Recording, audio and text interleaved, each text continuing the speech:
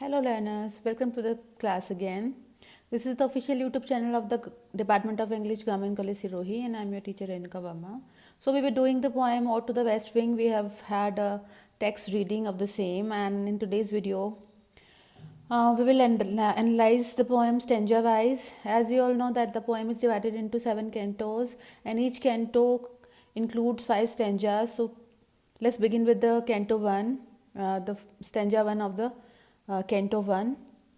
In this very opening stanza, the speaker personifies the west wind as when he calls it wild west wind, and thereafter he also calls the wind the breath of autumn's being, thereby personifying the wind and giving it the human quality of having breath.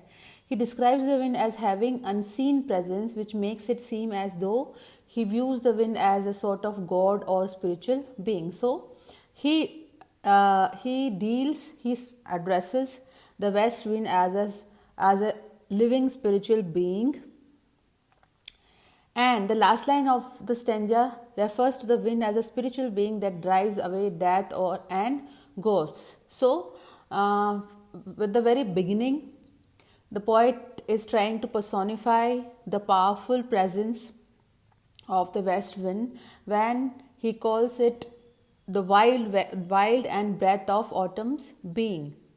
So, in the next stanza, in the stanza 2 of the canto 1, he describes the dead autumn leaves. So he is giving a scenic effect, a pictorial description of the dead autumn leaves. And these leaves are not described as colorful or beautiful, but with a striking contrast of the natural green color. The speaker addresses them as a symbol of death and even of disease when he calls the leaves, the autumnal leaves, as yellow, black, and pale, and even hectic red, that reminds us of the color of blood and sickness. So he describes the dead and dying leaves as pestilence-stricken multitudes. So it is not a very peaceful or beautiful description of the leaves, but rather the speaker seems to see the fall leaves as a symbol of the dead, the sick, and the dying things. The wind then comes along like a chariot and carries the leaves to their dark wintry bed, which is clearly a symbol of a grave. So, the speaker is presenting an image of the autumnal leaves which are carried away in the chariot of the west wind, and they are buried in the wintry bed, in the grave. Then in the next stanza, in the stanza 3, the speaker continues the metaphor of the leaves as the dead by explaining that the wind carries them and winged seeds to their graves. So the winged seeds of the autumnal leaves are carried in the chariot of the west wind to their graves, where they lie cold and low in the season of winter. So west wind carries the seeds and it buries them in the cold bed of the winter, in the cold grave of the winter. Then again he uses the simile to compare each leaf to a corpse within its grave. So the leaf is compared to a corpse within its grave.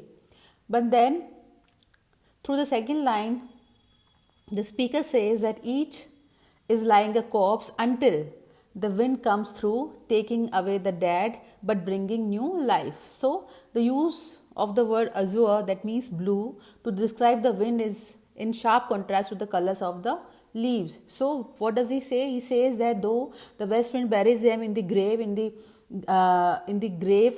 winter season, but until the spring comes, the azure blue wind blows and they are again revived, and it brings the new life to the seeds. So the west wind is described as the destroyer as well as the preserver of life at the same time. Then in the next one, the speaker describes the wind as something which drives away death, burying the dead and bringing new life. It brings living hues, the lively colors and odors, the fragrances which are filled with new life. So in the first stanza, the speaker is personifying the west wind as the preserver of life, the renewer, the reviving spirit of nature. And in the fifth stanza of the Canto 1, the speaker again appeals to the wind, calling it a wild spirit as he did in the first stanza, as a wild spirit, and viewing it as a spiritual being who destroys and yet also preserves life. So he is asking this spirit to hear his pleas. He has not yet made a specific request of the wind, but it is clear that he views it as a powerful spiritual being that can hear him. So he addresses the west wind as a spiritual being, and he wants it to hear to pay heed to his requests and to his pleas. So we can see that in the very first canto of the poem, the speaker has completely personified the west wind, the wild west wind, as a spiritual being which is very powerful, who is a destroyer as well as a preserver of life. Enough for today. In the next video we will discuss the Canto 2. Please go through the Canto 1. Thank you.